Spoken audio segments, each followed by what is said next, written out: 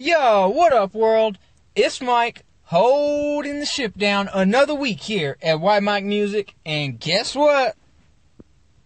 They still ain't fired me yet. Still, not yet.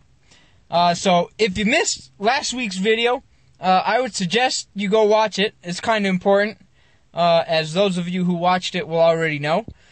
So today, we're going to start with part 1 of 4 of what we're now officially calling the White Mike Music Farewell Tour.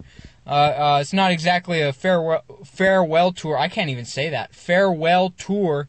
And now I forgot what I was going to say. I'm too focused on saying farewell tour. So anyway, this is a tour of farewells. I'm going to have to practice that a few times. But anyway, the start of the story, if you want to call it that, is kind of interesting, especially for those of you who might not have been around back when this whole deal started. So back in 2012, already, 4 years ago, I can't believe it. Back in 2012, I had already been rapping for 6 years. I've been rapping since I was in high school. Back before it was cool, before everybody and their grandma was a rapper. And that's true because I literally heard somebody's grandma rapping. But anyway, I'm getting off track. Back in 2012, I was rapping for 6 years at the time, and I stumbled upon this new crazy technology thing called Twitter. And yeah, I realized it could kind of connect me with a whole ton of people all over the world. So I wanted to harness that, and I went to work right away on what was supposed to be the dopest mixtape ever, hands down. Hands down. Boom.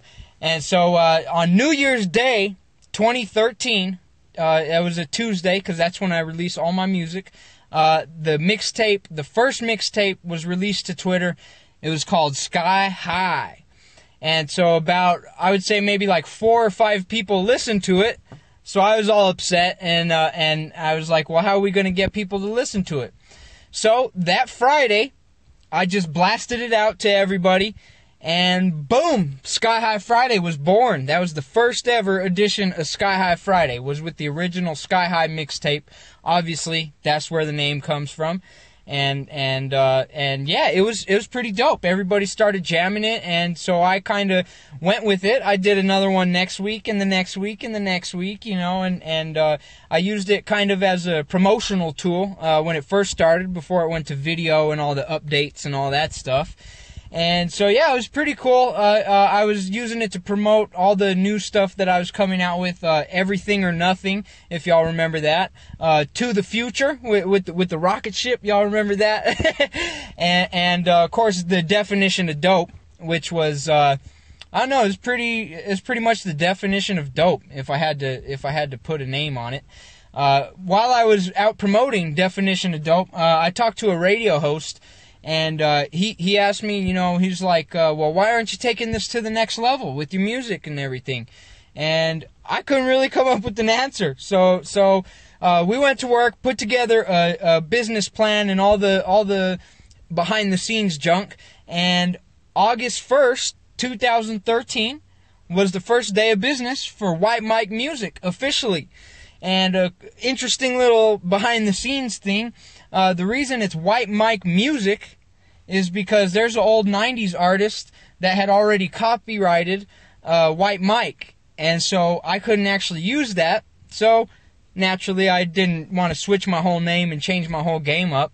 I just put it White Mike Music. And that's why if you see any of the like the CD covers, or if you're looking for it on iTunes or anywhere, it's always White Mike Music.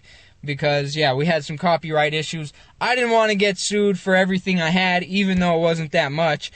But still, yeah, it's pretty simple. I didn't want to get sued, so I just put it up to White Mike Music. And, yeah, anyways, we'll go ahead and continue this story next week in part 2. And first things first, though, y'all know the routine. Please have a happy Sky High Friday, world. Peace!